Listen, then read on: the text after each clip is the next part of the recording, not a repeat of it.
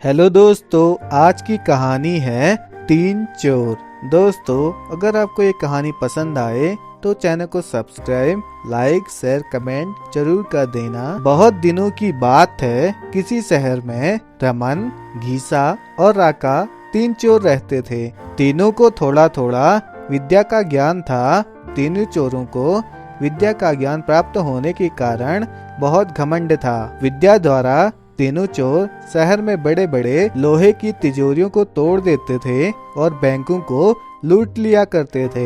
इस तरह तीनों चोरों ने शहर के लोगों की नाक में दम कर रखा था। एक बार तीनों चोरों ने एक बड़े बैंक में डकैती करके सारा माल उड़ा दिया। तब पुलिस को खबर हुई तो तीनों चोरों को पकड़ने के लिए तलाश करने लगी, मगर तीनों चोर पास ही के एक घने जंगल में भाग गए। तीनों चोरों ने देखा कि जंगल में बहुत सी हड्डियां बिखरी पड़ी हैं। रमन ने अनुमान लगाकर कहा, ये तो किसी शेर की हड्डियां हैं। मैं चाहूँ तो सभी हड्डियों को अपनी विद्या के ज्ञान द्वारा जोड़ सकता हूँ। घीसा को भी विद्या का घमंड था, सो वह बोला, अगर ये शेर की हड्डियां हैं तो मैं इनको अपनी विद्या द्वारा शेर की खाल तैयार कर उसमें डाल सकता हूँ। रमन और घीसा की बात सुनकर राका का भी घमंड उमड़ पड़ा और उसने कहा, तुम दोनों इतना काम कर सकते हो तो मैं भी अपनी विद्या द्वारा इसमें प्राण डाल सकता हूँ। तीनों चोर अपनी विद्या का प्रयोग करने लगे। कुछ देर बाद रमन ने सारी हड्डियों को जोड़ दिया और घीसा ने